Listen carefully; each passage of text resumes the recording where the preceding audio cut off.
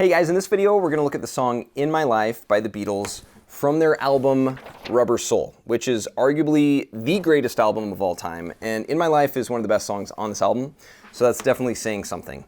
Now, we're not just going to play the chords and figure out how to follow along. We're going to look a lot deeper at how the Beatles actually composed this chord progression to come up with such a great song, and we're going to use music theory as our lens to understand this song. And we're going to do it on both the guitar and the piano so that you can really expand your palette as a songwriter. Now, to give you a little snippet of how the song sounds, it sounds like this.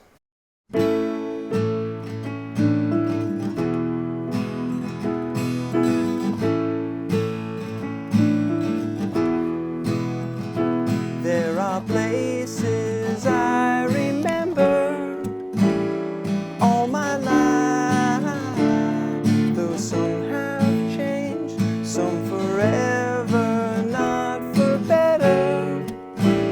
Some have gone and some remain. All these places have their moments with lovers and friends I still can recall. Some are dead and some are living. In my life, I love you more.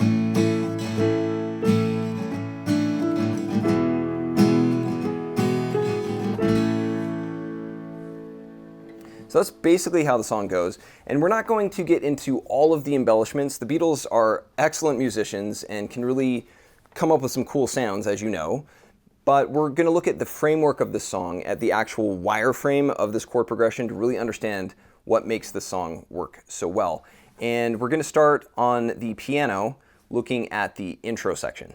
All right, in the intro section, we start with an A major chord in first inversion with the right hand, so that's C sharp, E, and A major. To reinforce that, we have 2 octaves of A with the left hand, and then we shift down to E major in second inversion with the right hand, so B, E, and G sharp, and to reinforce that, we have 2 octaves of E with the left hand. So we go back and forth between A and E, and to play that little riff in the intro, it's the A major chord, C sharp A, C sharp D, E, and then to the E major chord. We play that twice. That establishes the vibe of the song in the intro. And then we go to the verse section, back to the A major chord in first inversion. There are places to E major, second inversion, remember. So what that is this F sharp minor, so it's with the right hand C sharp, F sharp, and A for an F sharp minor in second inversion, and we play 2 octaves of F sharp with the left. And then to A7, which is again just the A chord, C sharp, E, and A, but then we play that G to give it that extra kind of slant of a sound. And then we go back to All My Life to D major, D, F sharp, and A in root position with the right hand, 2 octaves of D with the left hand. All My Life. So then we go up to a D minor chord, so from D major down to D minor, D, F, and A, and to reinforce that minor chord, we play F with 2 octaves with the left hand. Though some have changed, back to A major, so first inversion of A, C sharp, E, and A, and then we play that chord progression again. So it's A major, E major, F sharp minor, A7, D major, D minor, A major. So that's the verse, and also the solo section uses that same chord progression. And then in the bridge section, there are places. So we go to F sharp minor, second inversion. So with the right hand, that's C sharp, F sharp, and A, and then 2 octaves of F sharp with the left hand. There are places I remember to D major, D, F sharp, and A, 2 octaves of D with the left hand. To G second inversion, so it's G, B, and D, 2 octaves of G with the left hand. Though some have changed, back to A major, back to F sharp minor, 2, and then we're going to play a B7 chord, And then in my life, that's a D minor 7 chord, so D, F, and A, and then we give it that 7 to give it that extra kind of bluesy sound. My life, I love you more.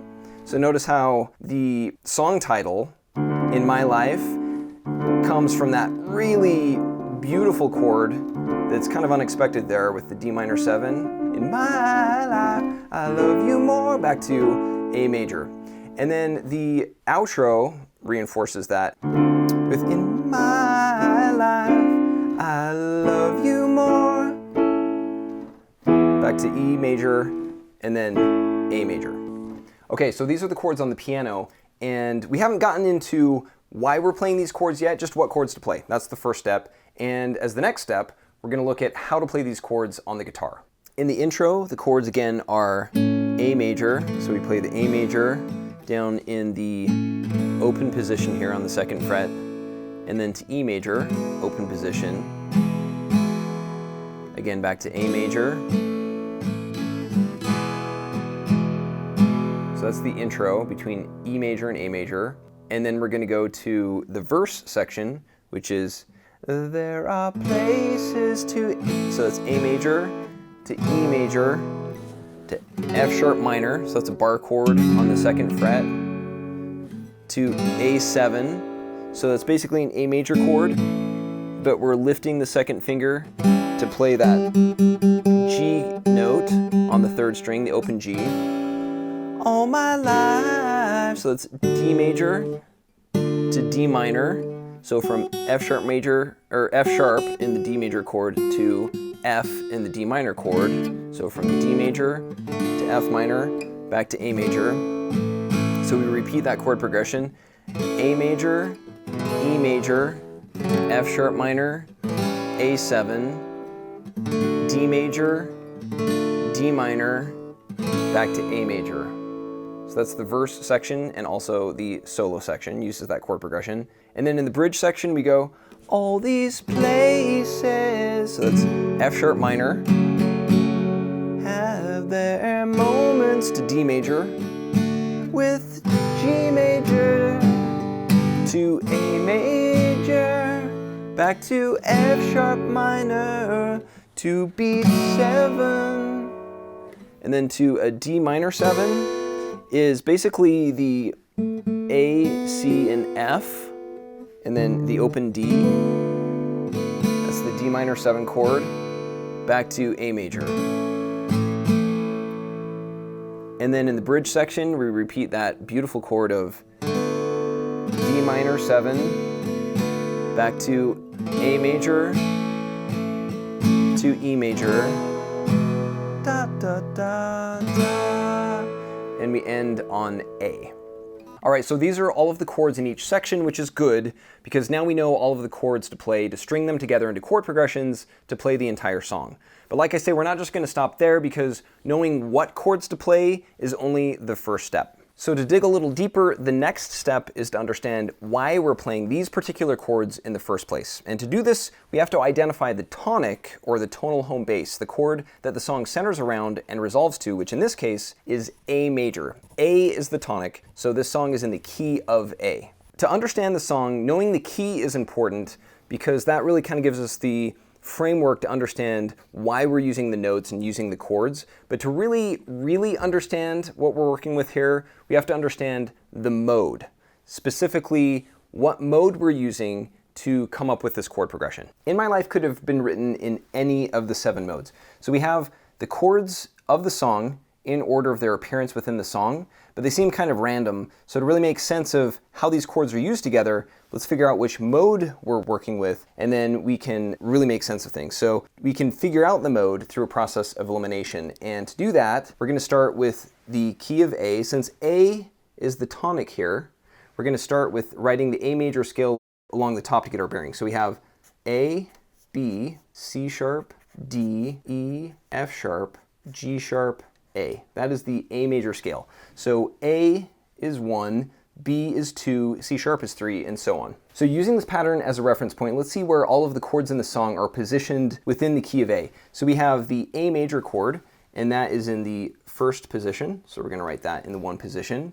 Then we have E, which is in the 5 position, so we're going to write right there. F sharp minor is in the 6th position, so we'll write F sharp minor right here.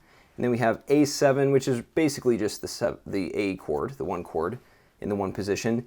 D is in the 4 position, so we'll write it right there. D minor is also in the 4 position, so we're going to write it above there.